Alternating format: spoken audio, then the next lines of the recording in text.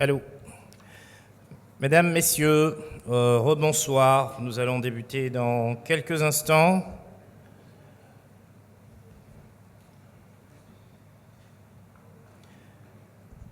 Avec des retours d'expérience PCA et directeurs généraux. Deux personnalités africaines du monde des affaires seront là et feront à tour de rôle des présentations, donc reviendront sur des points clés de leur expérience, toujours en lien avec la thématique générale. Et puis ensuite, elles prendront place, on verra comment ça va s'articuler, mais prendront place pour recevoir les questions. Donc, nous avons Monsieur Antoine Ganga, qui est déjà avec nous. Juste pour vous saluer. Oui, mais est-ce qu'on vous reconnaît en fait? Monsieur Antoine Ganga, on le cherche dans la salle, on ne sait pas. Voilà, on le voit. Merci beaucoup. Vous êtes venu vite, hein? Très bien. Mesdames et messieurs, merci de le saluer. Monsieur Ganga. Alors ici, on a sa biographie, mais apparemment, on ne sait pas tout de lui. La petite bio n'est pas exhaustive.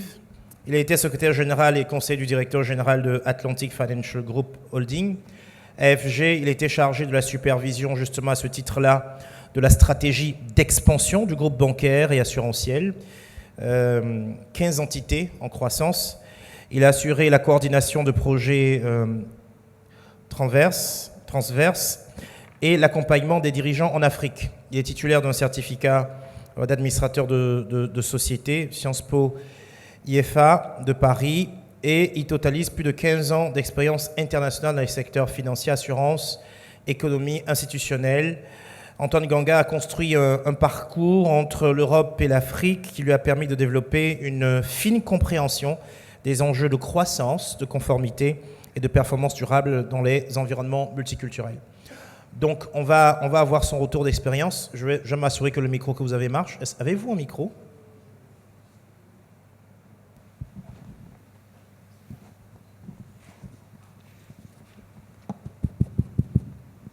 Allô, vous m'entendez?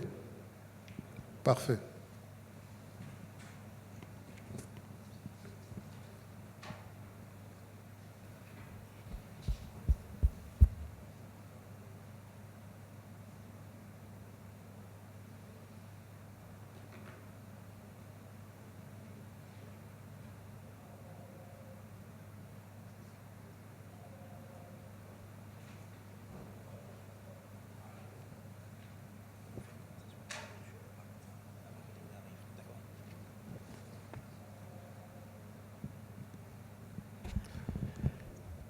Et dans quelques instants aussi, on va recevoir Monsieur Daouda Koulibaly, qui est... alors, il est diplômé HEC, apparemment, il est le président des alumni. Hein. À l'époque, il était président des alumni de HEC, je ne sais pas s'il est toujours président.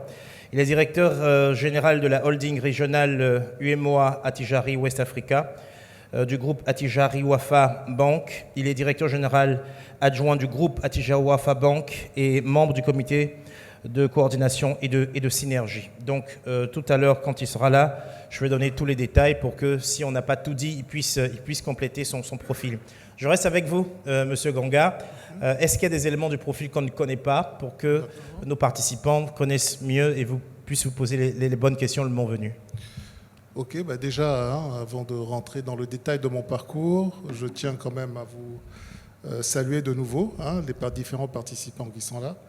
Donc permettez-moi de reprendre à mon compte les salutations qui ont été faites ce matin par vous-même, le maître de cérémonie, et lors de l'ouverture de ce séminaire. Donc, messieurs, mesdames, les directeurs généraux, les PCA et tous ici en vos rangs, grades et qualités, je suis très honoré d'être avec vous cet après-midi. Je tiens tout particulièrement à remercier Michel Brice-Zouabi pour cette invitation à participer à cette session sur le retour d'expérience des présidents de conseils d'administration et de directeurs généraux. Bon, j'espère aussi que ce créneau de 14h30, plus de 14h, on était censé commencer à 14h30, mais bon, là, le créneau commence à 14h, puisque nous sommes tous de retour là, pour déjeuner. Hein, j'espère que je saurai captiver votre attention, tout comme le fera certainement aussi la personne qui me rejoindra tout à l'heure. Donc, j'ai été, bon là je vais revenir sur moi, hein, comme il a été proposé. Donc j'ai été pendant 25 ans un cadre dirigeant du groupe BNP Paribas, notamment sur toute la partie Afrique subsaharienne, où j'ai eu à occuper des postes de DG et de DGA de plusieurs de ces filiales dans les 3 géographies, hein, Océan Indien, Afrique centrale et puis ici en Afrique de l'Ouest. C'est que j'ai fortement été actif au sein de cette structure lorsque BNP Paribas, le groupe BNP Paribas avait encore des fortes ambitions en Afrique. Hein. Donc, vous savez qu'ils sont partis pour différentes raisons. Après, bon, je ne pense pas que c'est le lieu de l'expliciter, mais si vous voulez, je pourrais vous donner des éléments de contexte. Et donc, à l'occasion de ce départ de BNP Paribas et suite à mon amour, mon attachement pour travailler pour le continent, donc j'ai rejoint une holding financière basée ici à Abidjan, que certains connaissent. Hein. Bon, pour ne pas la citer, c'est AFG, Atlantic Financial Group, où j'ai, comme vous l'avez dit, assuré le poste de secrétaire général lorsqu'on a mis en place cette holding et lorsqu'on a été amené à superviser tout un ensemble de filiales d'assurance et bancaires, hein, dans le cadre de son développement. Bon, ce que je vais partager avec vous ici est quand même le fruit d'une longue expérience à l'international, hein, et ici en Côte d'Ivoire. Donc j'espère que vous allez être intéressés par ce que je vais vous raconter.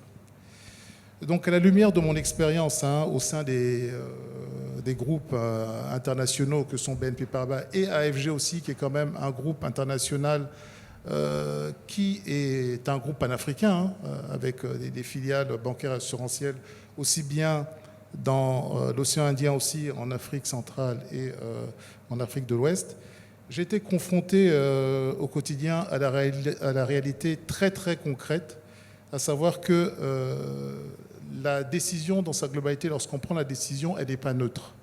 Hein, c'est quand même un élément important, il faut l'avoir à l'esprit.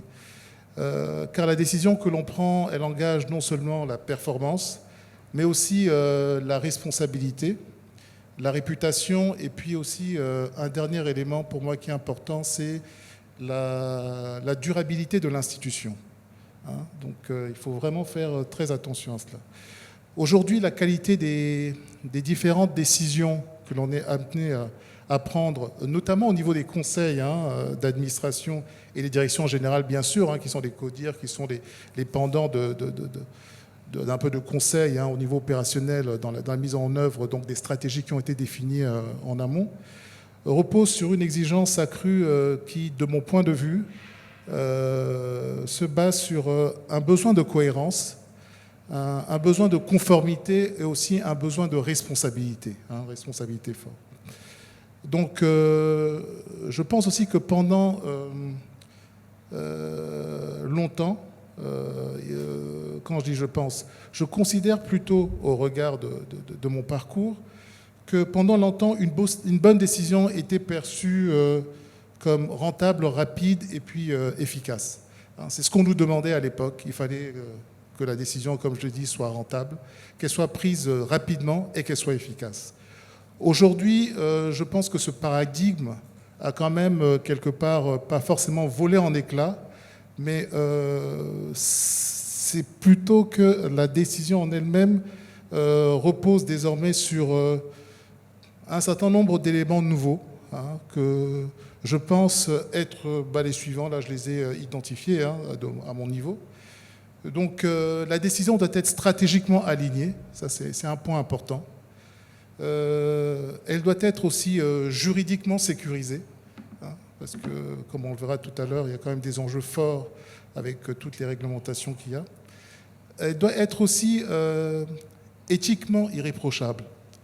Ça, c'est un point important, je pense, pour permettre à nos institutions de fortement se développer. L'éthique est quelque chose qui, maintenant, devient au centre de toutes les décisions que l'on peut prendre. Et puis, les décisions que l'on prend maintenant au regard aussi de tous les changements auxquels nous sommes confrontés notamment au niveau de la nature, de l'environnement. Nos décisions doivent être socialement et environnementalement responsables. Donc, je pense que nous sommes passés d'une logique que je peux considérer comme de performance immédiate, parce qu'il fallait qu'il y ait la performance immédiate, à une logique de création de valeur durable. Donc, c'est comme je vous dis, c'est un retour d'expérience que je vous partage et c'est comme ça, je pense, que je vois les choses.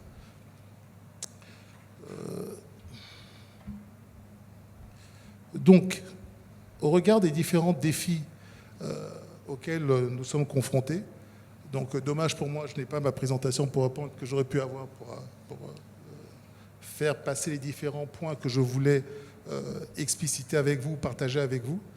Donc pour le défi, l'un des premiers défis, c'est de manière plus précise en termes de défis majeurs, c'est de défis de conformité et plus particulièrement de défis de conformité stratégique.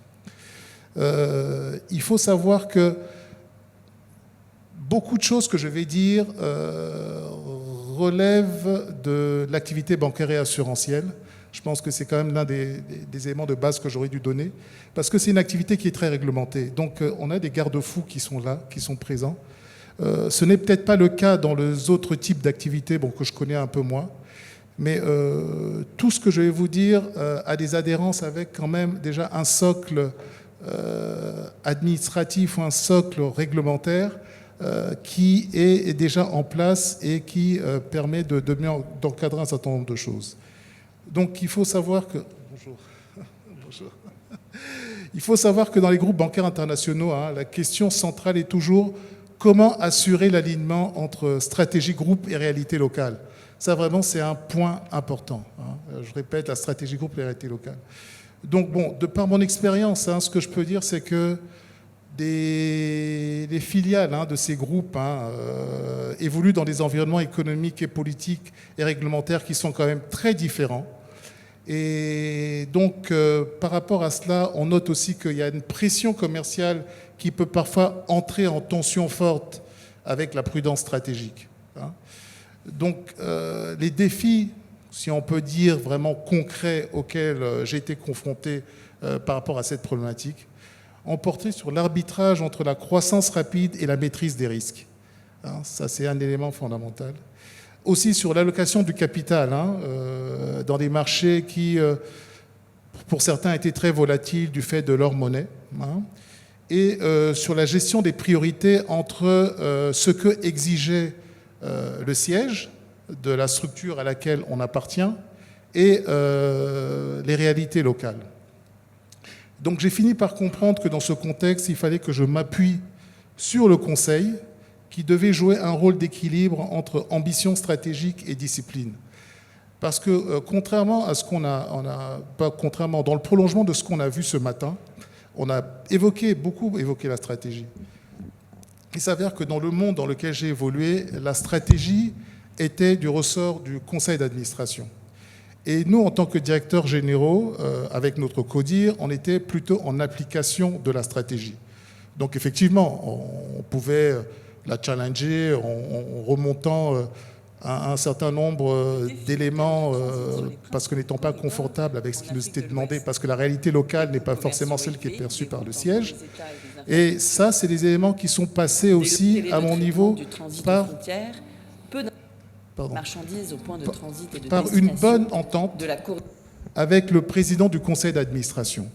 Je me suis toujours évertué à être en très bon terme avec le président du conseil d'administration, de manière à ce qu'il soit déjà mon avocat vis-à-vis du conseil, pour justement arriver à, pas incurver totalement, mais qu'on prenne en compte nos contraintes auxquelles on était confrontés pour qu'on puisse les atténuer, et dans un échange très ouvert, etc. Donc ça, vraiment, c'est une chose. Ceux qui sont vraiment dans des groupes, si vous êtes dans des responsabilités au niveau des filiales, je vous enjoins, je vous conseille vraiment de tout faire pour vous entendre comme il se doit, de manière polie et normale, courtoise, avec vraiment le président du conseil d'administration, parce qu'il sera votre relais pour vous permettre de mener à bien votre mission en tenant compte aussi des différentes contraintes que vous avez. Si on en vient au défi de conformité juridique et réglementaire, il faut savoir, et bien que cela soit une lapalissade, que je vais vous dire, que le secteur bancaire est l'un des secteurs les plus régulés, comme je l'ai dit tout à l'heure.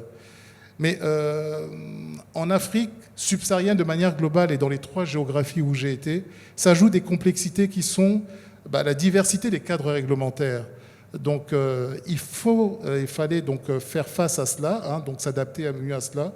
Il y avait également l'évolution rapide des exigences, parce qu'il m'est arrivé d'avoir des régulateurs qui assez rapidement mettent en place de nouvelles obligations, parce que l'activité étant régie aussi au niveau international, donc la mise en application immédiate d'un certain nombre de règles internationales nous était demandée, tout en faisant peut-être un peu fi des contraintes que cela sous-entend, parce qu'ailleurs où ça a été mis en force, il y avait déjà tout un historique, il y avait déjà tout un écosystème, et déjà tout un ensemble de choses qui étaient en place. Donc souvent, ça a été ça, et il a fallu régulièrement aller aussi discuter, être en échange avec les régulateurs locaux pour leur faire comprendre qu'on ne pouvait pas forcément nous imposer comme ça d'aller à la va-vite. J'ai eu la chance, dans l'une des géographies où j'ai été, d'être président de l'association, de l'équivalent de la PB, et donc j'étais le porte-parole de l'ensemble des banques vis-à-vis du régulateur. Là aussi, comme toujours, là où nous sommes, dans les postes où nous sommes, avec les interlocuteurs que nous avons, pour faire avancer les choses, ça passe vraiment par le dialogue, par la bonne entente. Et donc je me faisais fort de porter la voix de mes pairs. Et dans les discussions, il nous est arrivé, et ça m'a permis aussi d'atténuer un certain nombre d'obligations qui nous étaient imposées. Donc, pour résumer sur ce défi de conformité juridique et réglementaire, j'ai concrètement été confronté à des exigences contradictoires entre, comme j'ai dit, le régulateur local et puis les standards de groupe, du groupe dans lequel j'étais. J'ai aussi été confronté à des délais d'adaptation aux nouvelles réglementations. C'est ce que j'ai dit, la rapidité de devoir mettre en place des choses qui n'étaient pas évidentes. Et j'ai été exposé aussi aux sanctions et aux risques réputationnels. Donc là aussi, il fallait faire attention parce que des sanctions et des risques de réputation, ça nous suit partout, et plus il faut éviter que l'on puisse en avoir. Donc j'en ai conclu qu'il fallait passer d'une conformité de contrôle de manière générale à une conformité intégrée à la décision stratégique. Ça, pour moi, c'était quelque chose d'important. Ensuite, sur l'un des autres points, un défi majeur qui est celui de conformité éthique, il s'est souvent agi du défi le plus subtil et le plus déterminant. Parce qu'en effet, il s'est parfois avéré que toutes les décisions légales n'étaient pas nécessairement légitimes en tant que telles. Et ce, plus particulièrement dans certains contextes, dans des contextes de pression commerciale forte, dans des contextes d'environnement concurrentiel très agressif auxquels on était confronté, et aussi dans le contexte de pratiques locales parfois divergentes des standards internationaux. Donc, dans ce contexte-là, dans ces différents contextes, il s'est avéré indispensable pour moi-même et pour le management qui était en accompagnement de ma personne pour mener à bien nos affaires, d'identifier et vraiment de fixer un certain nombre de limites à ne pas dépasser, de nous accorder pour faire les arbitrages qu'il fallait dans les zones grises pour essayer aussi bien d'essayer de satisfaire les obligations ou les envies des clients locaux, et aussi les exigences que nous avions de la part des différentes directions centrales dont on dépendait. Et puis, il s'est aussi avéré indispensable à ce moment-là de protéger l'institution contre les dérives à court terme. Donc, globalement, ce que je peux dire, c'est que ce qui ressort de la conformité éthique telle que moi je l'ai vécue, effectivement c'est mon retour d'expérience, c'est qu'une seule décision éthique discutable peut détruire des années de construction. Donc là, il faut vraiment faire attention. Et enfin, le dernier défi, parce que j'aborde quand même toutes les thématiques, c'est le défi en termes de RSE. Donc là-dessus aussi, sur ce volet-là, merci de noter que la RSE aujourd'hui n'est pas un sujet périphérique. Elle était peut-être à une époque, mais aujourd'hui c'est devenu quand même un élément très très très très important. Elle est devenue, la RSE, pour moi, un critère de décision fort. Un enjeu de réputation aussi, parce que derrière, on regarde si on est en accompagnement de tous les désagréments géographiques que l'on voit aujourd'hui, mais surtout un facteur d'accès au financement pour de grosses entités qui veulent vraiment bénéficier d'un certain nombre d'accompagnement sur des fonds importants à des niveaux internationaux. C'est quelque chose qui regarde vraiment, vraiment de très près. Donc, par rapport à ça, donc moi, j'en ai conclu que dans notre contexte africain aujourd'hui, la RSE impacte positivement l'inclusion financière. Elle impacte aussi le financement des économies locales, ça, il faut qu'on le dise. Et elle impacte fortement aussi la protection de l'environnement, qui est l'enjeu clé aujourd'hui auquel, pour beaucoup, tourne la RSE. Donc le défi est d'intégrer ces enjeux sans freiner quand même toutefois la dynamique de croissance de l'ensemble des activités. Il ne faut pas que ce soit pour certains vraiment un showstopper, mais il faut savoir comment essayer de le réguler cela pour que ça puisse être pris en compte comme il se doit. Donc, pour conclure sur ce point-là, pour moi, la RSE doit être intégrée dans la stratégie et non traitée comme un simple reporting que l'on doit faire aujourd'hui, parce que les gens pensent que c'est beaucoup de reporting, mais c'est quelque chose qui doit fortement être intégré dans la stratégie. Et donc, pour terminer, je conclurai, avant de passer la parole à mon homologue qui est ici, par une conviction simple issue de toutes mes expériences par rapport à ces points-là. Donc la qualité des décisions ne se mesure pas uniquement à son résultat financier. Il faut qu'on ait ça en tête aujourd'hui. Mais ça se mesure aussi à la capacité à résister dans le temps, donc juridiquement comme on l'a vu, éthiquement et puis sociétalement via la RSE. Donc dans un groupe dans lequel j'étais, moi, un groupe bancaire, et c'est ça l'expérience, c'est qu'une décision est toujours observée, elle est toujours observée, elle est parfois contestée, ce qui est normal, elle est souvent jugée, mais surtout, elle est durablement mémorisée. Durablement. Quand vous passez, on sait que vous avez fait cela, et voilà. Donc c'est pour ça que le rôle des conseils d'administration et des directions générales, de mon point de vue, le rôle est aujourd'hui plus exigeant que jamais. Vous qui êtes membre de ces comités de direction et de ces conseils d'administration. Donc cela nous amène quand même dans notre quotidien à devoir décider avec beaucoup de rigueur, avec beaucoup de discernement et surtout beaucoup de responsabilité. Je tiens à vous remercier. Merci à vous. Merci, Monsieur Ganga.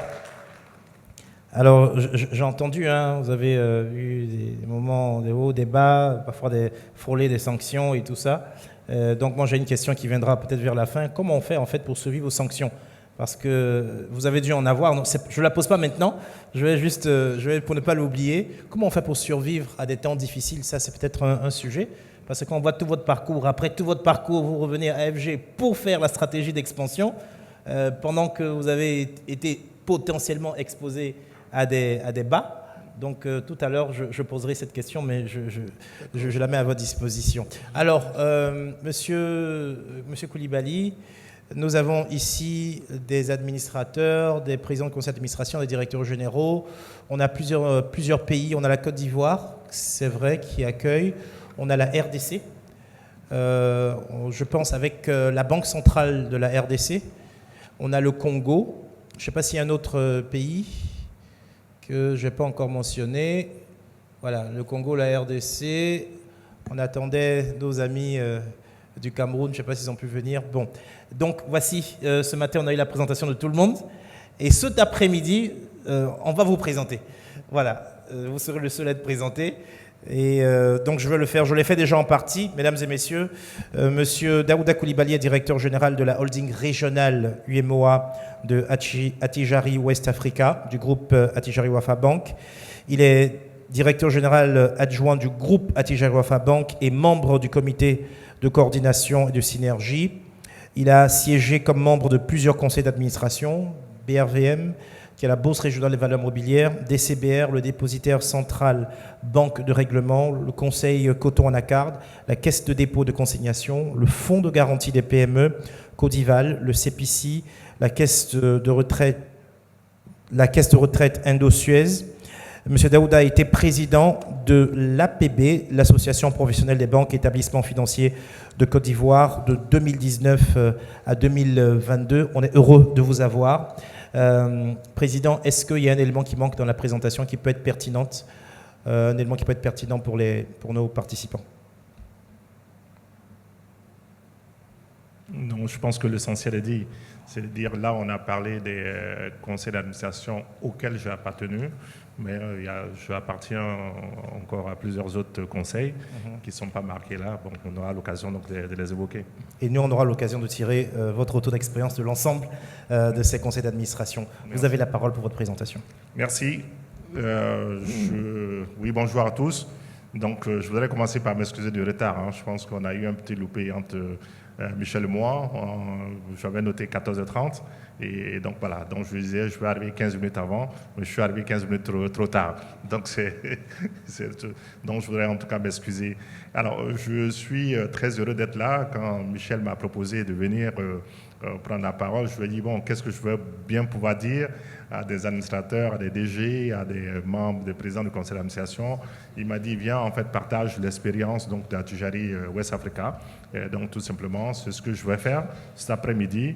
Je ne dis pas que c'est l'exemple idéal, c'est un exemple qui est en construction, parce qu'Atijari West Africa, c'est la holding, comme cela a été dit, du groupe Atijari qui s'occupe donc de l'Afrique de l'Ouest. Pour l'instant, on est présent en fait que dans les autres pays de l'UEMOA, avec 5 filiales bancaires, donc 2 au Sénégal, donc le CBAO, le Crédit du Sénégal, la souveraine de banque en Côte d'Ivoire, le Mali, la Banque internationale pour le Mali, le Togo. Et à partir, comme la loi bancaire le permet, à partir donc la CBAO au Sénégal, on a ouvert en succursale donc au Burkina Faso, au Niger et au Bénin. Voilà, donc on est donc présent dans les 7 pays de l'UEMOA, c'est dans 7 pays de l'UEMOA sur 8, donc on n'est pas présent, vous aurez fait donc la réduction en Guinée-Bissau. C'est une holding donc, de création récente, donc contrairement peut-être à d'autres holdings, donc, ce qui fait qu'on est encore, comme je l'ai dit, en phase donc, de fine-tuning, d'apprentissage, de montée en compétences.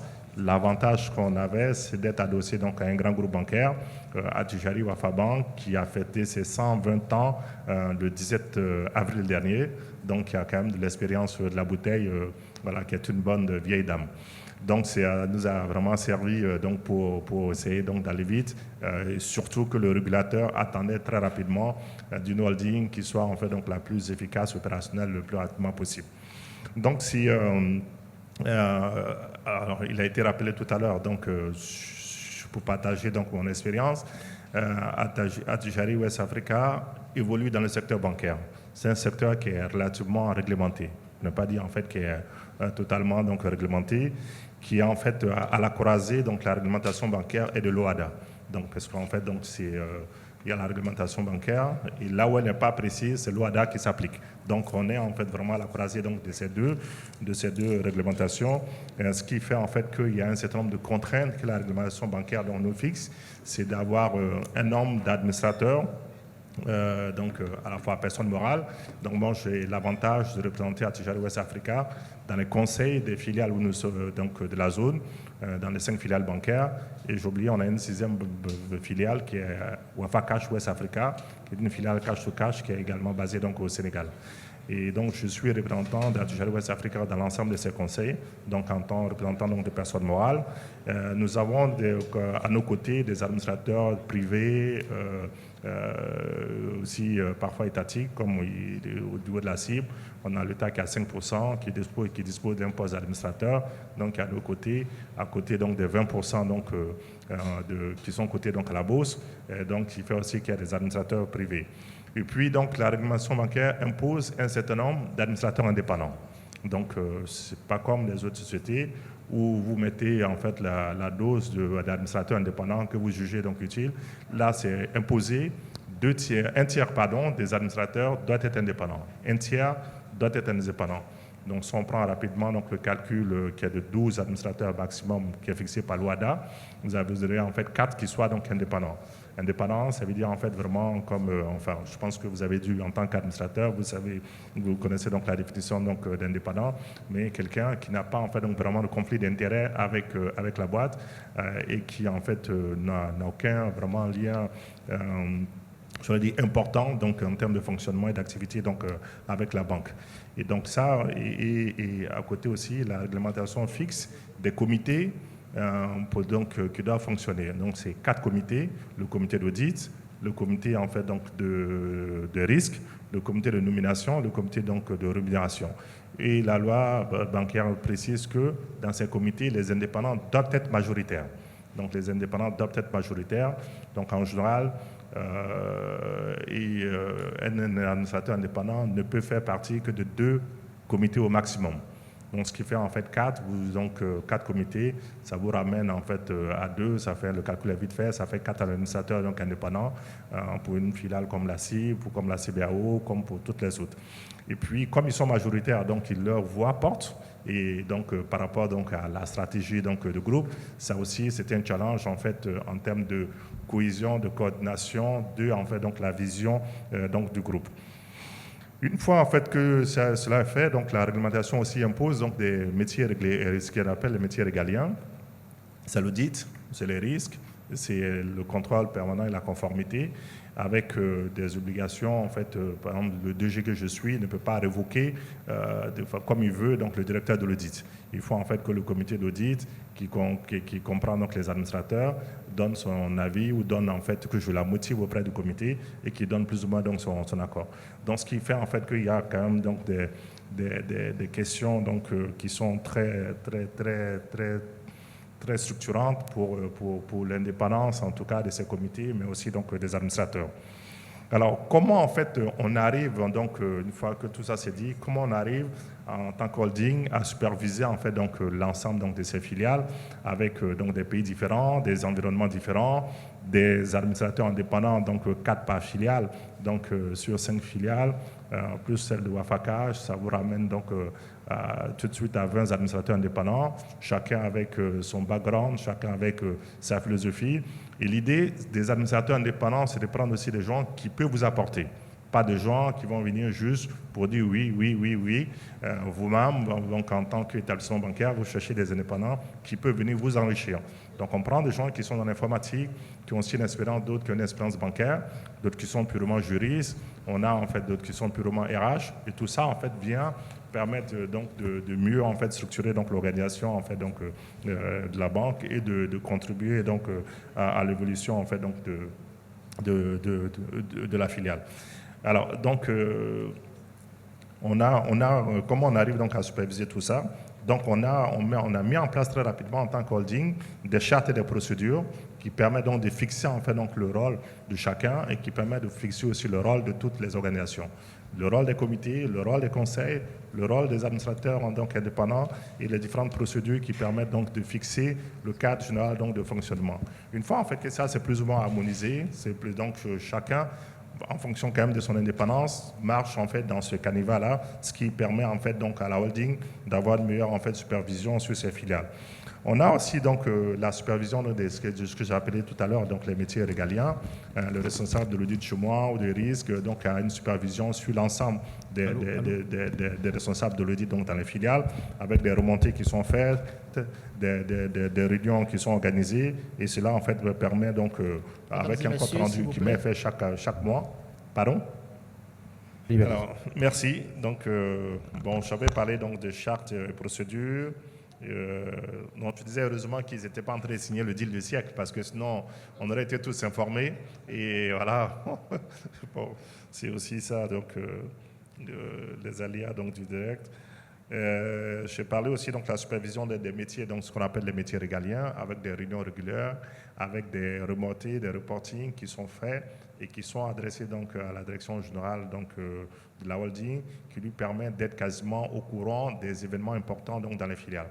Donc, ce qui lui donne en fait une capacité, quand on arrive au conseil, de pouvoir répondre sur son activité, parce qu'en fait, au niveau de la holding, nous avons des comptes sociaux, mais nous avons aussi des comptes consolidés, sur lesquels à la fois qu'il faut pouvoir répondre quand les administrateurs donc, vous posent des questions sur telle ou telle autre filiale.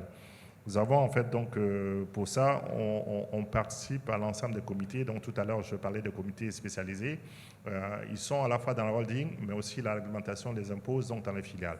Donc en étant dans les filiales, donc mes collaborateurs et moi-même, nous participons donc au comité d'audit des filiales, au comité des risques des filiales, au comité de nomination, au comité de nomination. Et comme je le dis, donc je suis en fait administrateur dans toutes les filiales en tant que représentant donc, de AWA. Ce qui nous permet en fait donc effectivement d'avoir toute l'information de ce qui monte, encore une fois, des événements importants, des litiges, des événements en termes d'image, en termes d'éthique, en termes donc, de conformité, et de pouvoir en fait donc, donc adresser ces problèmes-là. Parce que vis-à-vis en fait de la réglementation bancaire, c'est la holding qui est censée superviser de sa filiale et celle qui répond en dernier ressort, en fait, puisque celle qui est l'actionnaire majoritaire, celle qui répond devant la commission bancaire. Et donc, pour pouvoir répondre, pour pouvoir apporter donc aussi l'accompagnement qu'il faut, il faut être au fait donc, de ce qui se passe dans les filiales.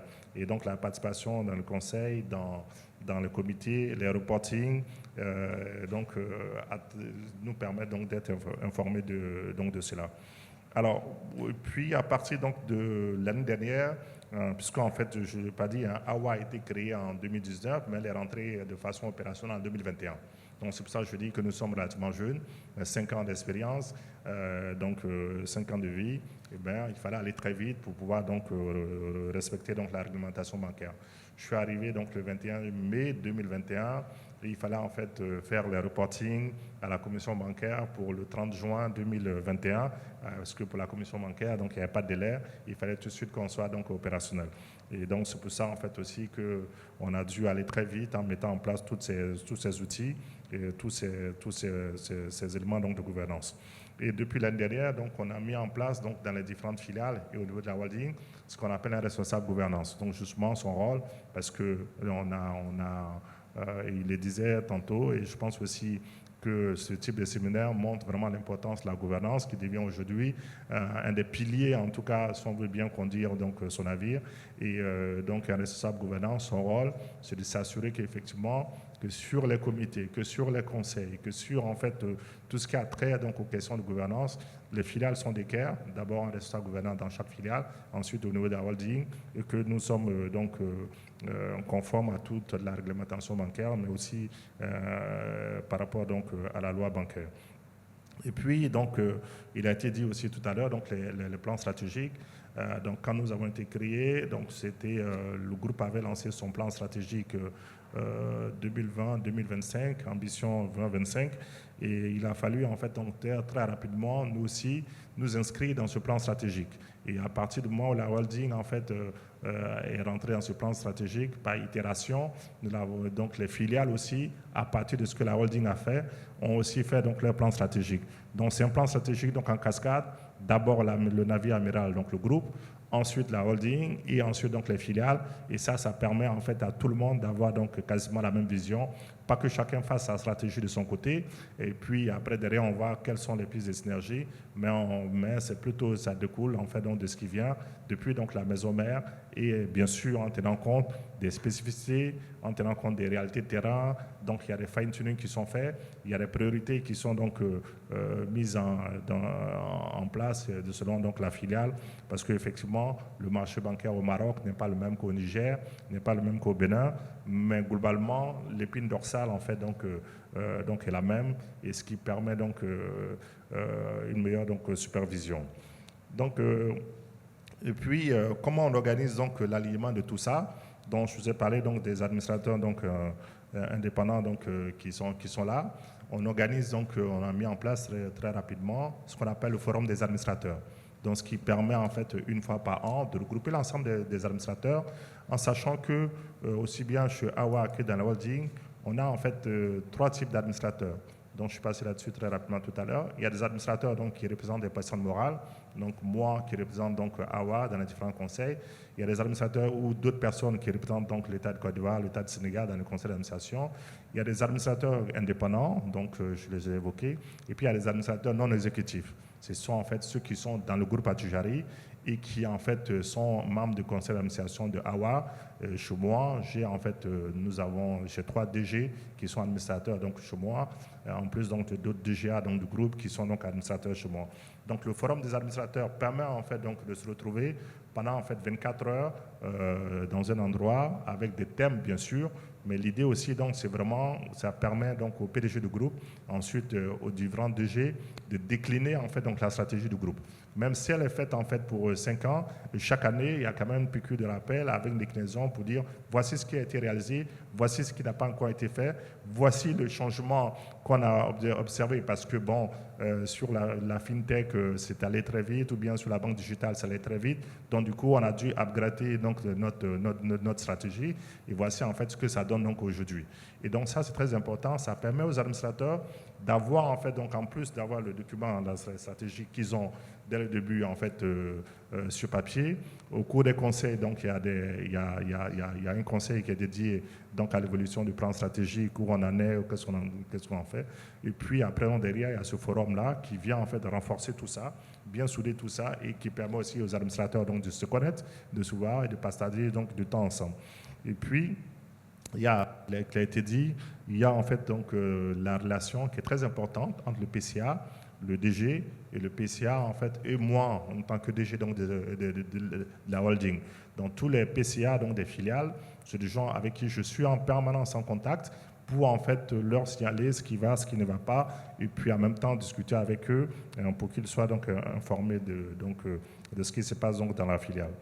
On organise en fait, à côté de ce forum donc, des administrateurs, 2 séances de formation par Teams des administrateurs sur des sujets d'actualité, ce qui donne en fait aussi la possibilité donc, aux administrateurs donc, de bien en fait, connaître la maison, mais aussi en fait, donc, de bien connaître donc, les sujets qui sont d'intérêt en fait, important donc, pour la maison. Après, donc, derrière, on a aussi donc, la politique RSE donc, qui est aujourd'hui, même si en fait ce n'est pas une obligation, mais notre groupe se voulant modèle, comme je l'ai dit, il a 120 ans, on se force à produire, comme toutes les entreprises du CAC 40, un rapport, le groupe produit un rapport RSE qui est différent donc du rapport financier et qui est présenté à chaque conseil d'administration, à chaque assemblée générale et qui est distribué donc aux analystes financiers et aux organismes de notation qui viennent noter donc le groupe Attijari, donc Wafa Bank. On va ouvrir les questions. Moi, j'ai juste ma toute première question. Est-ce que vous avez un retour d'expérience, vous avez un administrateur, une histoire concrète qui a été utile, soit pour anticiper une situation, soit pour éviter un problème, ou alors pour ouvrir des portes facilitées, des accès ou des opportunités? Est-ce que vous avez un retour d'expérience comme ça? Oui, alors on va donc vraiment à l'indépendance des administrateurs indépendants. On a plusieurs qui nous ont quittés parce qu'en fait on quitterait une fonction qui était incompatible, donc justement on estime qu'elle était incompatible avec la fonction d'administrateur chez nous. Voilà, donc il y en a plusieurs, mais bon, c'est la vie, on les remplace par quelqu'un d'autre. Alors maintenant, sur ton cas concret, oui, on a en fait 2 exemples d'administrateurs indépendants qui nous ont vraiment aidés. Il y en a un qui est spécialisé dans les RH. Donc quand on a recruté, tout de suite on a dit bon, on va l'envoyer dans une filiale. Il y avait le gouvernement des grèves, il y avait le gouvernement des revendications. Et puis bon, donc, son expertise nous a permis aujourd'hui, enfin, il nous a aidé. Donc bien sûr, on était conscient du problème, donc on le traite aussi. Il nous a aidé effectivement à trouver des solutions. Aujourd'hui, donc les choses se passent relativement bien. Un autre, c'était un administrateur qu'on a pris qui, lui, qui a fait toute sa carrière dans l'informatique, donc qui est très au courant de tout ce qui est IT, fintech. Il nous aide aujourd'hui à réfléchir sur en fait, la banque digitale en fait, donc, au niveau des filiales. Et ça nous aide à beaucoup. Parce que quelqu'un, quand on fait le plan stratégique et qu'on dit oui, on fait le plan digital, quelqu'un qui dit moi je peux en fait vous apporter en fait, mon expérience, mon vécu. Ça n'a pas de prix par rapport en fait, à laisser purement de la théorie ou à faire en fait ce qui s'est fait à côté. Parce que le plus souvent, on se fait accompagner quand même par des cabinets de conseil. Le plan de stratégie, donc la cible, c'est BCG, par exemple. Mais bon, ça reste encore théorique, puisque BCG, c'est des consultants, ce n'est pas des fonctions sur le terrain, je le répète, mais nous aide à structurer en tout cas la réflexion. Et quand on a quelqu'un qui le pratique tous les jours et qui donne son expérience avec la théorie, donc l'accompagnement de BCG, ça permet de lui affiner en fait, donc, de faire étudier donc, les points. Voilà. Merci, M. Koulibaly. Nous sommes ouverts aux questions. Alors, il se trouve qu'on a pris la majorité des micros. Il nous en reste. On a un micro noir, je pense qu'on peut l'utiliser déjà. On a un micro noir ici, c'est le principal. Voilà. Oui.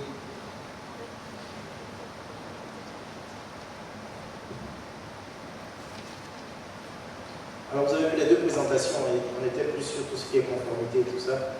Donc je posais une question loin de la conformité en rapport avec l'expérience des administrateurs eux-mêmes et leur impact sur le conseil d'administration. Vous avez la parole. Je vous remercie, merci aux intervenants pour les présentations de qualité. Ma question porte sur l'expérience de Attijari. Voilà, vous nous avez expliqué que dans la composition de votre conseil d'administration, il y avait des administrateurs indépendants. Donc, je voulais savoir sur quels critères vous recrutiez ces administrateurs indépendants et également connaître la responsabilité juridique des administrateurs indépendants au sein du conseil d'administration.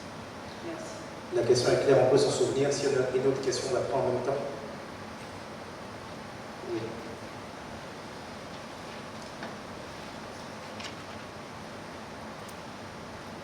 Merci. Ma question s'inscrit aussi dans la même veine que la dame. Moi, je vais un peu plus loin, parce qu'elle a circonscrit au niveau des administrateurs indépendants. Moi, je vais parler du conseil d'administration. Parce que généralement, on a assisté par moment à des faillites de banques. Des banques en faillite. Et les dépôts des clients, malheureusement, sont compromis. Derrière, c'est est-ce que le fait que les banques sont en faillite, ça engage de manière civile et pénale les administrateurs de ces conseils d'administration, y compris même le DG? Voilà, ça c'est ma première question. La deuxième question, c'est concernant par moment, je vois par moment, il y a des communications qui sont faites par la commission bancaire concernant des sanctions sur des défauts de mise en œuvre des dispositifs de blanchiment des capitaux. Bon, malheureusement, la commission bancaire ne nomme pas ces banques-là. Je ne sais pas pourquoi. On voit telle banque a été sanctionnée, M. Ganga, oui, telle banque a été sanctionnée. Non, on ne sait pas c'est quelle banque. On met le montant de la sanction, 300 millions, 200 millions. Mais on ne sait pas c'est quelle banque. Est-ce que c'est fait à dessein? Est-ce que vous ne pensez pas que ce serait plus transparent de dire réellement ces banques-là qui ne sont pas bien organisées? Merci. Merci beaucoup. Donc, première série, 2 questions. On va ouvrir notre série. Maître, vous souhaitez prendre la parole?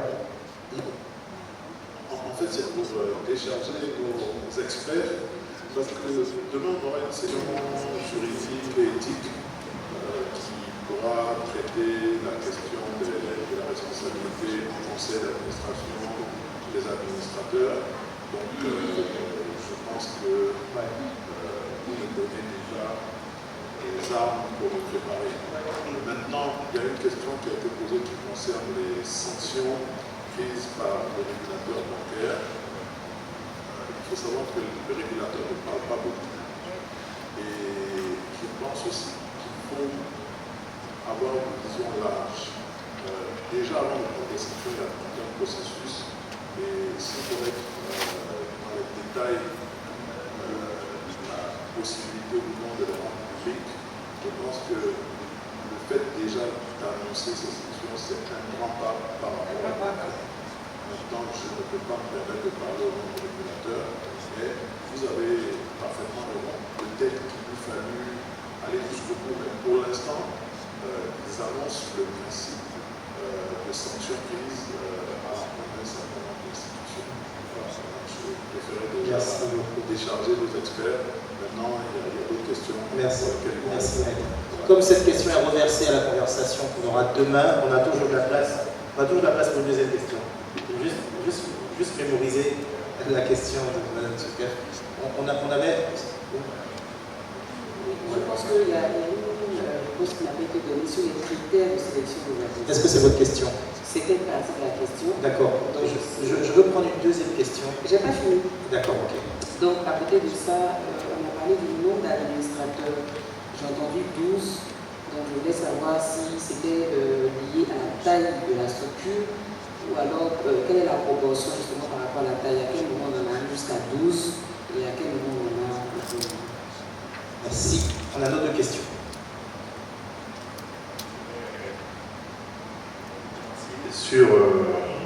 Merci maître, en tout cas, je pense qu'on nous a levé le pied. Mais bon, ce qu'il faut quand même, ce que je vais quand même rajouter, c'est qu'on aura quand même une évolution des régulateurs. Au début, si on n'en parlait pas, après c'était dire tel établissement, enfin, c'est-à-dire il y a eu un blâme. Donc on ne savait pas, et là, on a blâme et sanctions pécuniaires. Donc peut-être que c'est un cheminement qui est entré dans l'espère, peut-être qu'ils finiront par dire, voilà, les établissements, par les nommer. Bon, ça, c'est pas, malheureusement, on ne peut pas répondre à la question. Je pense que, comme l'a dit, ceux qui sont plus à même de répondre à cette question. Ce qu'on a, par contre, on assiste à aujourd'hui à une exigence de la commission bancaire ou du régulateur qui est de plus en plus exigeante. Donc, quand vous regardez, vous avez de plus en plus de sanctions.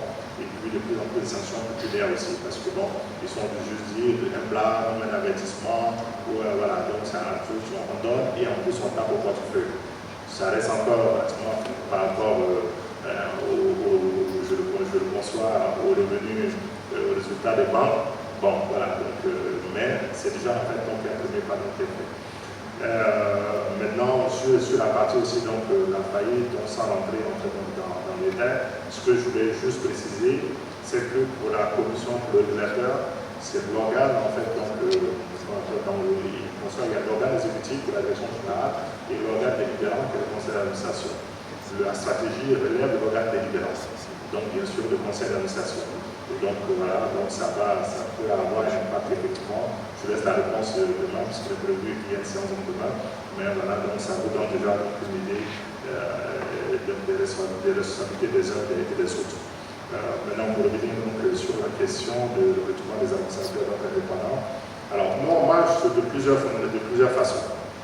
Bouche à bouche, dans des CV, dans des personnes que je vois passer, ou que un DG voit passer, ou quelqu'un du groupe voit passer, ou des candidatures, on a même des candidatures spontanées qu'on a trouvées donc très bon, et qu'on a en fait donc mis donc, dans le processus. Sinon, il nous arrive aussi de faire passer par des cabinets de recrutement, on fait en fait des appels d'offres, on fait des appels à recrutement pour recruter donc, des administrateurs. Donc, on n'a pas une procédure figée. Par contre, une fois que les candidats sont présélectionnés, on les envoie donc au groupe qui, lui, en fait, donc, à l'équipe de déontologie, qui, lui, en fait, son rôle, c'est de regarder sur la personne exemple tout proche au niveau de déontologie. Sur les réseaux sociaux, il n'y a pas de condamné, il n'y a pas d'opposition qui soit en fait donc, contraire à nos objectifs. Voilà, donc en tout cas, il y a un travail fouillé qui est fait, une enquête, je vais dire, de moralité sur la personne. Une fois que cette étape-là est franchie, il y a des entretiens qui sont faits, 2 entretiens qui sont réalisés avant en fait, que la personne ne soit optée et donc affectée en fait, donc, dans une filiale en fonction des besoins. Voilà. Donc, sur le board, en tout cas, de volet TCB, il y a plusieurs, pour le soulever, donc il y a plusieurs manières. On a une fois que c'est fait, donc il y a la déontologie qui est légale, et ensuite, donc, les entretiens, et puis après, on verra, on va proposer un conseil d'administration. Donc, je pense que c'était. Il y a ça, et puis là, on est ensemble. Là. Il y avait la question de la responsabilité juridique des administrateurs indépendants. Ok. C'est ça, c'est ce dont on va parler demain. Merci. Pour compléter, le président Daouda ici présent, c'est que vous avez évoqué votre holding qui est jeune, qui date de 2021, je pense. Celle à laquelle j'appartenais jusqu'à il y a un mois, qui est la FG Holding, également une holding qui s'est mise en place en 2021. Donc là, je reviens sur le nombre d'administrateurs. Nous, quand nous avons commencé, en tant que secrétaire général, j'ai eu la charge de mettre en place toute la gouvernance, corpus normatif, etc. On a commencé avec 8 personnes, 12 administrateurs. Et progressivement, effectivement, comme l'a souligné M. Daouda, on est progressivement monté jusqu'à 12 pour pouvoir respecter à minima les obligations en termes d'indépendance. Mais il y a un point, quand j'ai l'indépendance d'administrateur indépendant présent dans des comités spécialisés. Un point important aussi, c'est que vous attirez les oreilles, je pense que c'est un peu tout le monde, c'était la représentation au niveau des conseils d'administration. Et donc là, effectivement, nous avons aussi tout mis en œuvre pour essayer de faire entrer un maximum de gens féminines pour équilibrer les conseils. Donc voilà, les dames ici présentes, moi je vous encourage aussi à continuer à postuler dans ces différents conseils parce que c'est quelque chose que l'on regarde de plus en plus, notamment via le paradigme de la RSE. Donc ce sont des choses que l'on regarde et donc, pour l'équilibre de la présence du genre dans les établissements, dans les structures de gouvernance. Les candidatures féminines sont fortement encouragées à la présence des femmes aussi.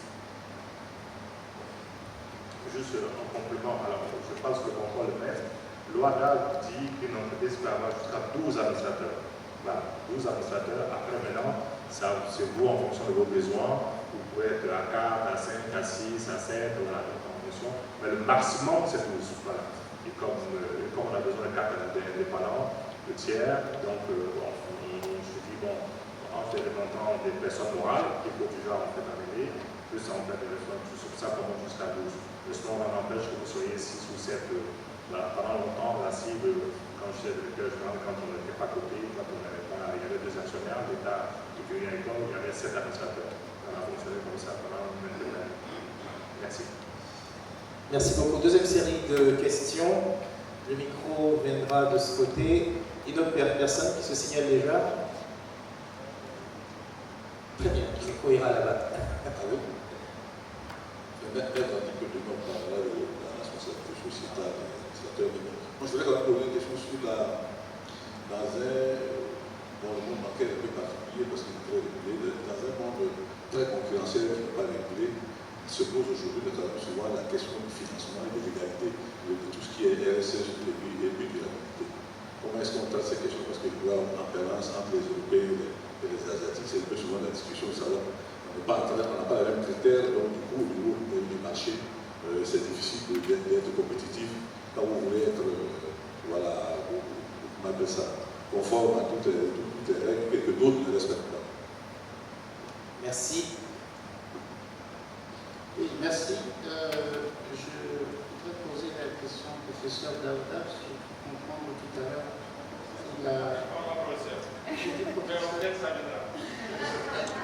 Bon, président Daouda, ça vous va? Président, ça va.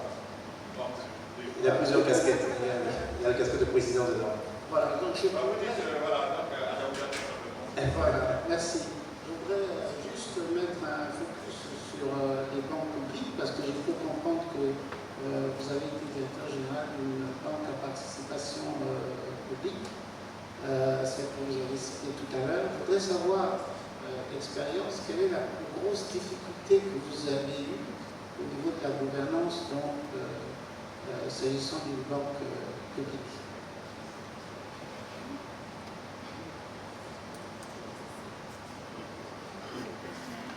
Non, je n'ai pas été patron d'une banque publique. J'ai été patron de la CIB, et la CIB, c'était l'État et le Crédit Agricole, ou le Crédit Lyonnais, ensuite le Crédit Agricole, qui avait 51%, l'État avait 40%. Donc, c'était interminoritaire. Donc, par contre, voilà, donc, le management, et il y avait un gentleman agreement qui consistait à dire le DGA, le DG, et la stratégie était fixée par l'actionnaire majoritaire, le Crédit Lyonnais, le Crédit Agricole, parce qu'ils avaient l'expérience bancaire. Et par contre, le poste spécial était réservé en fait à l'État de Côte d'Ivoire. Voilà. Donc, je sais pas. Donc, ça marchait très bien. Voilà. Merci beaucoup. Alors, cette question étant évacuée, je trouve une place pour ma deuxième question. Je reviendrai vers vous pour la troisième série sujet du temps. Mais je vais vous trouver. Non, on va reprendre ensemble sur la paix. après la question. Je vous remercie. Alors, ma question maintenant va auprès le représentant de l'ex-AMG, c'est ça? Voilà. Pardon, je n'ai pas retenu le nom. Monsieur Ganga. Monsieur Ganga. Ganga, excusez-moi, monsieur Ganga. Alors, on a parlé de RSE. Et c'est vrai qu'aujourd'hui, la RSE, ce n'est plus ce qu'on connaissait avant, hein, faire quelques dons, donner quelques tables bancs à des organisations, des structures. Aujourd'hui, on va beaucoup plus loin sur les critères ESG, tout ce qui concerne l'environnement, le social, la gouvernance. Mais en réalité, aujourd'hui, sauf si je me trompe, on n'a pas forcément obligation au niveau de nos conseils d'administration de nos sociétés de sortir des reportings spécifiques par rapport justement à ces critères. Même si on se rend compte parfois, quand on travaille avec des banques internationales, un certain nombre d'informations nous sont demandées par rapport à notre impact environnemental, social, on a un certain nombre de questions.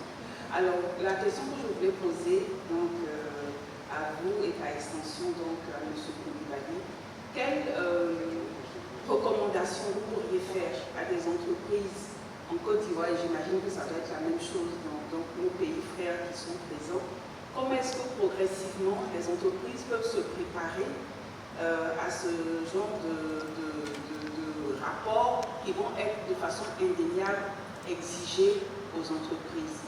Aujourd'hui, ce sont les entreprises qui sont filiales de groupes internationaux qui commencent déjà à constituer un peu tout ce qui concerne l'énergie, le CO2. Mais aujourd'hui, comment est-ce que vous pouvez nous recommander, en tant que directeurs généraux, membres de conseil d'administration, à commencer à construire progressivement une banque de données, sur quoi est-ce qu'on doit commencer à travailler pour ne pas se retrouver dépassé au moment où ce sera une exigence en dehors des performances financières qu'on nous demande également, des performances extra-financières. Merci. Deux questions RSE, sinon durabilité, également. Donc je vais répondre. Je passe j'ai eu la chance ça a été l'expérience vraiment par rapport à cela. Comme je vous ai dit, on a démarré from scratch une holding, donc on l'a mise en place. On a eu la chance, nous, d'appartenir à un groupe qui est beaucoup plus large que l'activité de banque assurance. Donc, je ne suis pas ici pour faire la publicité sur le groupe, mais on en parle parce que c'est ça, c'est le groupe AFG qui a deux piliers. Il y a le pilier industrie et il y a le pilier banque assurance. Donc, dans le cadre de l'ensemble du développement de ce groupe, comme c'est un groupe qui avait besoin de beaucoup de financement, ils ont été obligés, eux, de mettre en place cette politique RSE. Donc, ce qu'ils ont fait, et puis, ça, par ricochet, dérivé ou atterri sur le périmètre banque assurance. Ce qu'ils ont fait, ils se sont adossés à des spécialistes. Il y a des cabinets qui sont là, c'est vrai que ça coûte un peu. Il y a des cabinets qui sont là, il y a des gens qui ont une expertise et qui accompagnent, qui ont accompagné le groupe et qui sont arrivés chez nous, sur notre périmètre, en nous associant aussi et en nous facilitant justement la collecte d'un certain nombre d'indicateurs. Il y a toute la problématique d'économie sur le CO2, l'impact carbone, etc. Mais comme je dis, là, on avait une espèce de machine de guerre, entre guillemets, parce que les enjeux derrière de financement de ce groupe étaient importants, avec les financements à lever sur l'activité minière, les cimenteries, etc. Ce que je sais aussi, c'est que même si vous dites que dans des pays un peu matures, les sociétés mettent en avant ces reporting ESG de manière globale, en fonction de la taille de la société aussi, il y a quand même des choses qui sont demandées. On sait qu'on ne peut pas demander à une petite entreprise tout un ensemble d'indicateurs parce que c'est premièrement chronophage et c'est coûteux à pouvoir mobiliser. Donc pour résumer, il y a des entités spécialisées qui sont là, sur lesquelles on peut s'appuyer et qui sauront mettre le curseur où il faut pour vous accompagner dans ce qui peut être requis au niveau de la taille de votre structure pour apporter le minimum d'informations qui fasse qu'au niveau de la RSE, vous puissiez être crédible lorsque une analyse est faite vis-à-vis d'investisseurs potentiels, etc. Merci. Si je peux ajouter donc un mot, se dire en fait que effectivement ça va venir. Nous, dans notre groupe, déjà on se prépare. Le groupe, comme je l'ai dit, sort un bouquin qui est plus gros que le rapport financier, et donc qui est lié en fait à l'ESG. Et donc déjà, parce que bon, on peut se jouer dans la cour des grands, donc on se met dans une position de multinationale et qui doit produire ce rapport-là. Et dans la réflexion qu'on a commencé cette année, c'est dire qu'il faut aussi que les filiales, même s'il n'y a pas d'obligation, commencent déjà à produire ça, et pas qu'on mette juste dans le rapport en disant oui, on a été fait ci, on a fait ça, et puis bon, ça s'arrête là, un premier paragraphe. Donc il y a une réflexion, peut-être pas cette année, mais en tout cas, dans les 3 années qui viennent, qu'on puisse aussi sortir ça. Vous avez raison, la marche forcée, c'est en fait le sens de la marche. Donc il vaut mieux se préparer plus tôt et commencer en fait donc à juste à vous y mettre, et ça ne peut en fait que vous améliorer. Vous poussez vous-même à vous poser donc des bonnes questions, à qu'est-ce que je ne fais pas suffisamment, qu'est-ce que je dois faire encore un peu plus, et etc. Et en vous posant de bonnes questions, c'est forcément bénéfique en fait pour votre entreprise. Et donc il faut s'y mettre. On était la semaine dernière avec le ministre de l'Environnement, donc M. Bombard, à qui on disait en fait qu'il faut qu'aujourd'hui on pousse les PME à déjà réfléchir sur intégrer les critères environnementaux dans leurs décisions, dans leur stratégie, parce que tôt ou tard, ça va venir. Une fois que Trump sera parti, on aura un monde avec un peu de chance, il va se régulariser, et en fait, c'est quelque chose qui va venir. Et les entreprises qui sont en retard vont avoir environ, donc si vous êtes préparé, et que dès que ça s'ouvre, vous êtes capable tout de suite donc, de saisir les opportunités, mais sinon, si vous attendez qu'après, derrière, vous partirez après tout le monde. De toute façon, ça vous aide à vous améliorer, hein, donc, quoi qu'on dise. Donc, vous êtes forcément un gagnant. C'est comme la question d'administrateur indépendant. C'est obligatoire chez nous, mais pour ceux qui ne sont pas forcément dans la banque, je vous encourage à trouver les bonnes personnes, et vous allez voir, en fait, ça ne va pas vous coûter grand-chose. Mais, à la fin de la journée, si vous trouvez les bonnes personnes, au cours pendant votre conseil, pendant l'élaboration de votre stratégie, elles vous diront des questions très simples auxquelles vous avez la tête dans le bidon, vous ne pensez pas. Et en posant des questions très simples, qui peuvent paraître des questions idiotes, ça permet de déclencher toute une réflexion et c'est dire en fait c'est comme ça peut-être que le marché fonctionne. Et nous on est à la tête dans le bidon, mais on ne se rend pas compte comment le marché fonctionne. Donc je vous encourage, pour ceux qui n'ont pas d'administrateur indépendant, à en avoir. On a parlé d'une question du genre, à avoir un peu de homme comme femme, mais à avoir en tout cas un maximum de ce qui peut planter dans la population en indépendant. Et il n'a pas la même contrainte que vous et il peut parler en fait comme il veut. Voici en fait dans ce que je veux dire. Pour répondre donc à une question sur les conditions de financement, malheureusement, donc, on est dans un monde où ceux qui sont en avant, c'est sur le terrain, sur cette question des jeux, et ceux qui sont en avant posent des questions, et si vous voulez en fait appartenir à tous les grands, vous êtes obligé de courir après eux, de vous mettre donc le gouvernement donc à jour. Mais, une fois que c'est dit comme ça, encore une fois, quand vous finissez de faire cette organisation-là, vous verrez que ça vous apporte de la valeur. C'est pas juste plutôt, ça apporte de la valeur. Je donne un exemple, donc le camarade m'a demandé de vous faire une face sur un livre sur l'allocation de fonds d'investissement en Afrique. On se rend compte que les fonds qui sont dédiés aux startups, il y a près de 80% qui vont à 4 pays et au détriment d'un des autres pays. Pourquoi? Parce que ces pays-là ont mis en place des questions de gouvernance, ont adopté des règles de bonne gestion de gouvernance de ce que les investisseurs veulent. Donc 80% des financements vont chez eux. Après, derrière, vous avez 20% qui est réparti dans les 40 autres pays. Donc, bon, voilà, donc c'est des contraintes, mais c'est des contraintes qui parfois, en fait, ont mal à faire. Merci. Merci beaucoup. On a 2 autres questions et ça sera terminé. Je sais que je peux prendre des questions, mais je ne suis pas sûr d'avoir la réponse. D'avoir le temps de recevoir la réponse. Oui. Non, moi, ce n'est pas une question, c'est juste pour faire des additifs. Sur la première question, c'était relative au nombre d'administrateurs. Donc, je voulais indiquer, comme l'a dit Daouda, l'acte uniforme exige le minimum c'est 3 et le maximum c'est 12. Donc, en fonction de la taille de votre entreprise, vous pouvez donc avoir un conseil de 4, 5, 6, 7, le maximum ça sera 12. Si on est dans le secteur bancaire, alors c'est un secteur qui est vraiment beaucoup régulé. Donc à ce niveau-là, si c'est une banque d'État systémique, effectivement, vous devez avoir le nombre de comités qui est indiqué tantôt. Et si la banque n'est pas systémique, vous pouvez vous contenter de 2, le minimum, le comité de deal, le comité de risque. C'est juste la précision que je voulais faire à ce niveau. Il insiste pour dire 3. Alors, je suis moi-même secrétaire général de banque, donc bon. Alors, chez moi, j'en ai 2, et jusqu'à ce moment, la commission bancaire va pas faire un petit peu là-dessus. Alors, le deuxième point sur lequel je viens intervenir, c'est la question donc de ESG. À ce niveau, je pense que j'adhère complètement à la réponse qu'a donné Daouda. Si la loi ne vous soumet pas à l'ESG, vous pouvez vous-même, pour la bonne gouvernance de votre entreprise, mettre en place donc des politiques, des procédures pour respecter donc le ESG. Et je pense qu'en Côte d'Ivoire, il est déjà appliqué plus ou moins dans beaucoup de secteurs, notamment le secteur agricole, où on exige donc à ces entreprises-là de respecter un peu l'environnement. Vous voyez un peu avec les normes européennes, ainsi de suite, sur la déforestation, ainsi de suite. C'est ce que je voulais ajouter comme additif. Merci. Merci beaucoup. Oui. Merci à Dodo et M. Langa. Voilà. Alors, ma question est liée à l'indépendance des administrateurs indépendants. Étant donné que c'est l'entreprise qui les embauche, est-ce qu'ils sont réellement indépendants? Je donne un exemple. Supposons qu'il y a une décision politique et il se trouve que les intérêts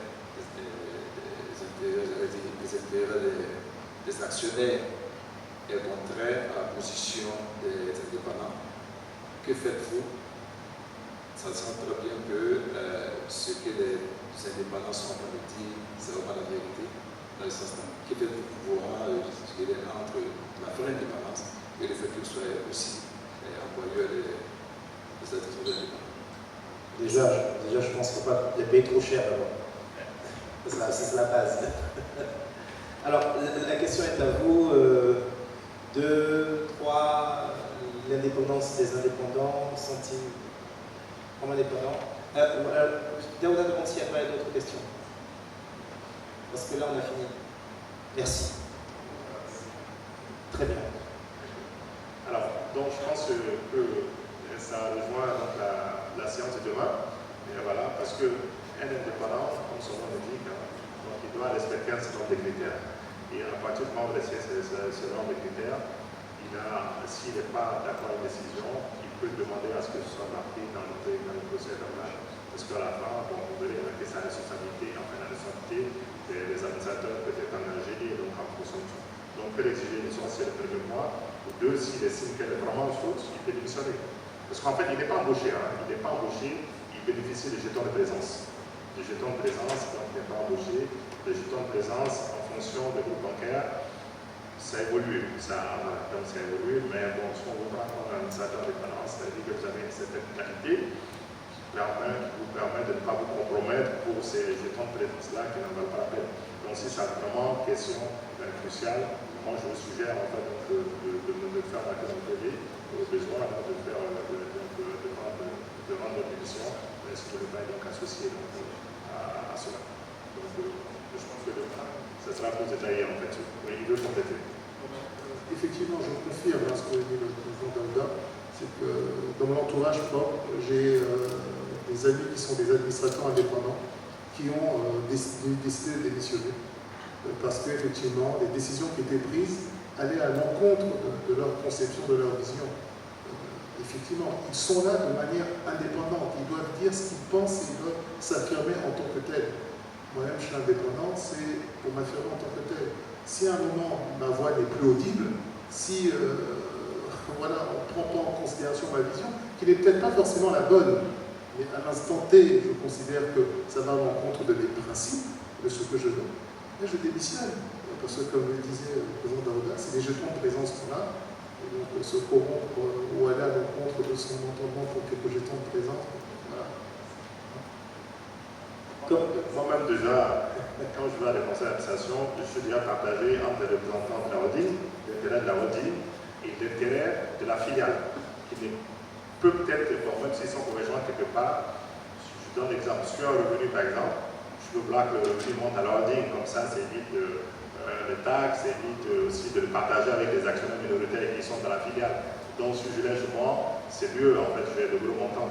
Donc, je suis tiraillé, mais ce que je dois regarder, c'est l'intérêt de la filiale, l'intérêt de la société où j'ai mandat. C'est ça que je dois regarder avant donc, de regarder en fait.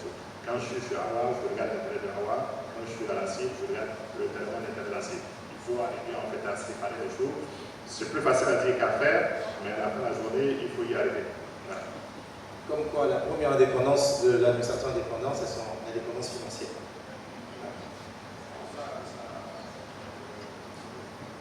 Bon, s'il n'est pas dépendant financièrement, maître. Merci.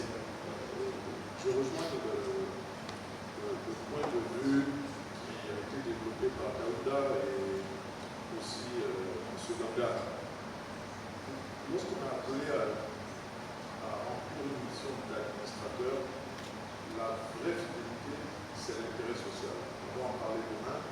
Donc, que vous ayez été mandaté par un employeur qui déploie dans une filiale, ces rapports changent lorsque vous devez vous prononcer dans l'intérêt de la filiale. Vous pouvez peut-être recevoir des consignes privées, de vote, des orientations, mais la question que vous devez vous poser, c'est celle de savoir si l'opinion, le vote que vous allez émettre va dans le sens de l'intérêt de la société dans laquelle vous exercez ce mandat.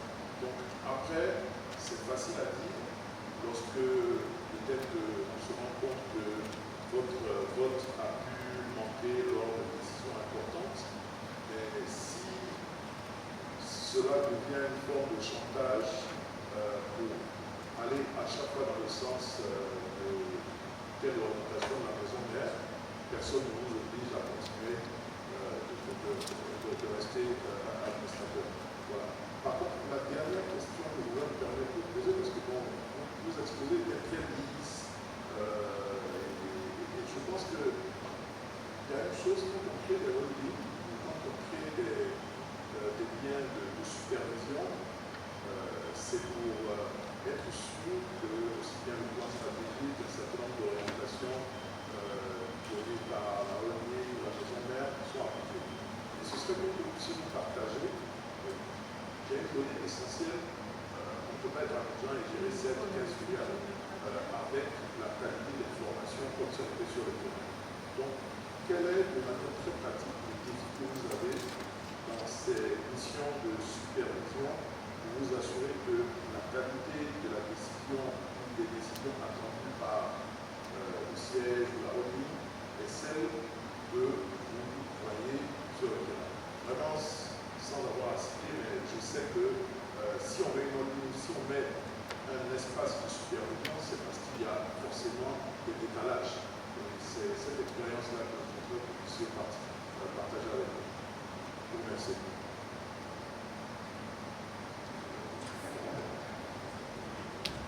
Bon, alors je commence. Alors moi, comme beaucoup d'entre vous le savent, j'étais donc le directeur général de la CIP pendant 10 ans, et comme je l'ai dit, en fait, à peu près 1000 personnes, et puis quand il y a la holding qui a été créée en 2019, on a opérationnalisé donc quand j'ai été nommé. Alors quand j'arrive là-bas, je me trouve de 1000 personnes à 2 personnes. Déjà, je n'ai pas de locaux, donc je souhaitais encore dans le code de la CIB, il n'y a pas de secrétaire. Donc vraiment en mode start-up. Il faut tout commencer, tout construire, voilà, donc mettre les comités, les administrateurs, tout ça en place. Et bon, c'était vraiment un bon start-up. Et donc, ce qui fait que, effectivement, quand vous êtes dans cette phase-là, pendant les 3-4 premières années, je ne peux pas avoir la prétention d'avoir en fait tout supervisé ou tout vu. Parce que je le prépare au fur et à mesure, je renforçais mes équipes au fur et à mesure de supervision, de risque, de conformité, de contrôle permanent et même de direction financière. Donc on savait qu'il y avait beaucoup de trous de ma raquette, mais l'idée c'était vraiment de dire là où en fait c'est vraiment important sur les grands principes, les grands risques, il faut en fait qu'on ait en fait on avait fait une cartographie des risques et on avait en fait le mode 5 quand on a fait cette cartographie et on a ciblé en fait un réseau de risques. On s'est dit ça, il faut en fait qu'on blême, il faut que en fait on regarde donc au maximum. Et moi, en plus moi, j'ai malheureusement l'inconvénient d'être dans 11-12 conseils, donc je suis aussi par moment, par vous, et donc je sais que c'est pas simple, je ne peux pas demander, mais bon, mais là c'est des effets groupes, c'est pas en fait, donc je crois que le droit là c'est 5 maximum, mais voilà, quand il y a un effet groupe, ça peut en fait, on peut aller donc au-delà. Et donc ça fait en fait que beaucoup donc, de responsabilités et avoir en même temps. Mais pour répondre clairement donc, à ta question, en plus quand tu viens en fait d'une filiale et que tu te retrouves le patron de tes collègues, ça ne marche pas forcément, c'est pas ça qui est le plus fluide possible. Donc là aussi, il y a des questions d'ego. Pourquoi celui et pas moi? Pourquoi en fait ces choses? Qu'est-ce qu'il va apprendre? Ceci ou cela. Donc il y a toutes ces frictions-là qu'il fallait en fait, donc, évacuer. Mais c'est très simple. Hein. Quand je étais avec l'orateur, je vous disais, on ne fait pas en fait, donc, on fait pas de combat frontal. Ça ne sert à rien. L'idée, il faut qu'on leur montre qu'on peut apporter de la valeur. À partir du moment où vous montrez à quelqu'un que vous pouvez apporter un plus, vous pouvez apporter donc la valeur, vous verrez tout de suite que la personne commence à adhérer. Et ceux qui étaient les plus récalcitrants, on les a laissés, on allait vers ceux qui étaient plus ou moins réceptifs, on a commencé à travailler avec eux, et quand les autres ont commencé à voir ce que ça apportait, notamment sur l'aménagement, sur le plan stratégique, parce que bon, c'est quand même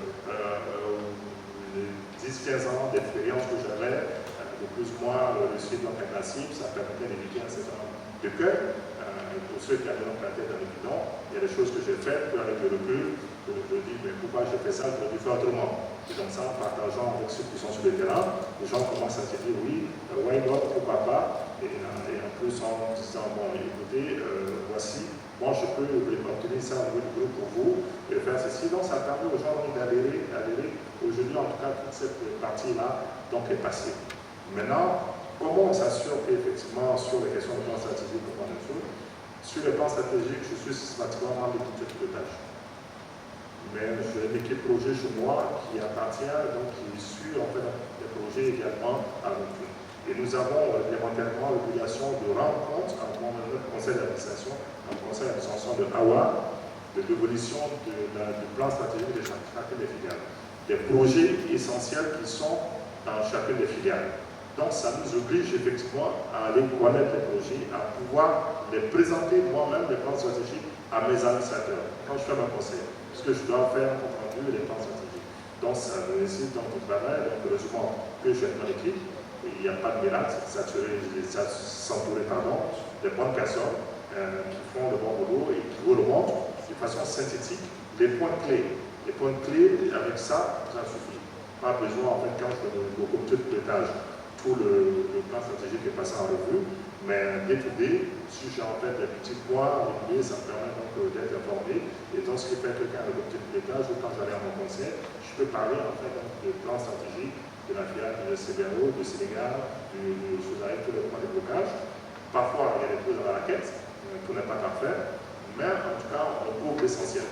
Et parler aussi donc pour les chiffres, la direction financière, de faire le reporting tous les mois de l'ensemble des filiales. Voici en fait choses, on est conforme au budget, on n'est pas conforme.